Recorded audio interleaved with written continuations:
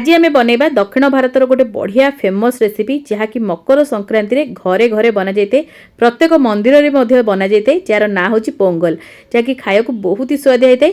पोंगल साधारणतः दुई प्रकार बना जाए गोटे खारा वाला आ गोटे हूँ मीठा वाला। आज मुझे खारा पोंगल रेसिपी बतेबी जमीक समस्ते बनईकी खाईपारे।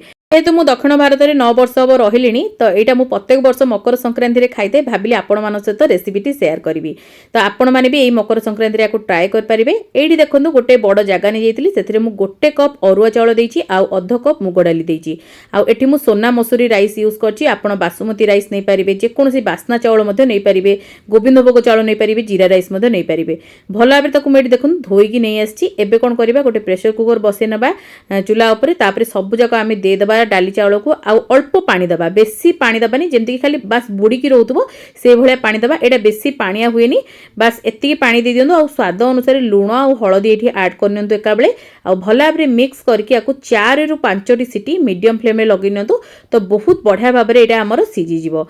आ साधारणतः आमे देखिथिबे खिचड़ी खाइतो एटा खिचड़ी टाइप रो ही बनथाय किंतु आर फ्लेवर टिके अलगा हैथाय कारण एथरे जो छुंकड़ी लगी थाए टिके अलग लगी थाए। एडी देखंतु 5टी हुइसिल देइथली आ 5टी हुइसिल पर केते बढ़िया भाबरे सिजेछि ताको आमे एम्ति मिसे नबा मिसे नेले सेटा बहुत बढ़िया भाबरे मिक्स हे जिवो आ पूरा सॉफ्ट थाए आ पूरा टिके सॉफ्ट ही एटा बने टाण टाण रखिबेनी जेमति हमर खेचुडी बने सेमिति नुह एटा टिके सॉफ्ट रहि जाय। तापर एडी देखंतु गोटे स्पून मु घियो नै जाइथली सेथरे टिके गरम हे गला पर घियो मु जीरा सोरिसो देइछि गोलो मरिच एठी देइछि आ ओइटारे गोलो मरिच होछि मोस्ट इंपोर्टेंट जहा बेले देबे। तापर एडी देखंतु हेंगु किछि ऐड करनबा आधा स्पून खंडे तापर टिके भाजी दबा जमती जीरा सोरिष आमर गोलमरिच बढ़िया भाव में टिके भाजी हो हेंगू टिके बढ़िया से भाजी हो आपको लो फ्लेम रे भाजिबे। तापर एटी कोरा हेतिबा अदा दे देइछि आ अल्प टिके कंचा लंका काटिकी दे देइछि तापर ये भूसम पत्र निहाती देवे बहुत ही बढ़िया बास्ना आसो यहाँ मोस्ट इंपोर्टेंट आती जिनस को आम भल भाव में भाजी ना भाजी सारापर ये आउ दुईटी जिनस पकेबे जमीक हूँ नड़िया खंड आउ कि काजू ये आप कंचा नड़िया भी पकई पारे ना सुखिला नड़िया पकई पारे जहाँ आप आवेलेबल दे पारे ना तो आप नड़िया कोरा पकई पारे। तो भल भाव में मिक्स करके भाजी ना जमीक गोटे बढ़िया बास्ना आसीज। बहुत लोग कहे ओडिया रेसिपी देखातु कहीं माने दक्षिण भारत रेसिपी देखा कारण मुझे अलग किसी स्टेट्र रेसिपी अपलोड करी एमती कमेंट बहुत आसते मु ओडियार बहुत सारा रेसिपी शेयर करछि मकर संक्रांति पे आपण सब पाई जिवे डिस्क्रिप्शन में निहाती चेक कर परिबे।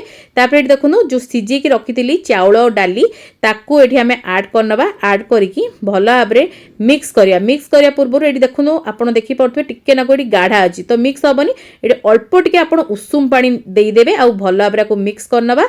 मिक्स कर साला परे लास्ट को केवल आपण एठी दे दियंतु धनिया पत्र अल्प टिके दे देबे आ गोटे स्पून घी देकी ऐड करने आउ साधारण ना बहुत घीर यूज होता है जो छुंकड़ा लगे ना बहुत घीरे माने लगी था ऊपर भी बहुत घी ढला जाए कि जेहेतु आम घरे बनाऊे टी हेल्दी बनवा तेणुक ये मात्र 2 स्पून घीर या बनई आमती भी खाया बहुत ही बढ़िया लगे।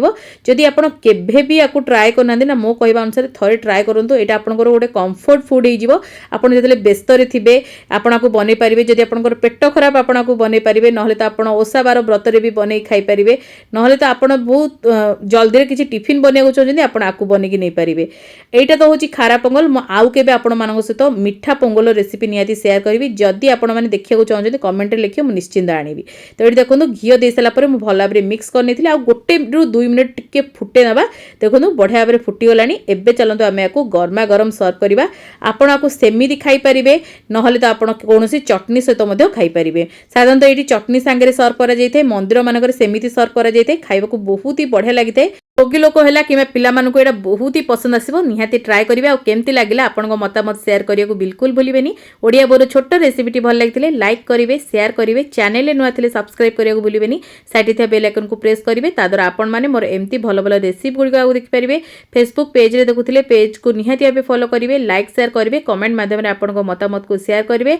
एजे जदि इंस्टाग्राम को फॉलो करनांदी निहाती आबे फॉलो करनियंतु आगु को ओडिया बो एमती बहुत सारा बढ़िया बढ़िया रेसिपी सब आपण मानो पई नेकी आसीबो। तो आज एतिकी जय श्री जगन्नाथ।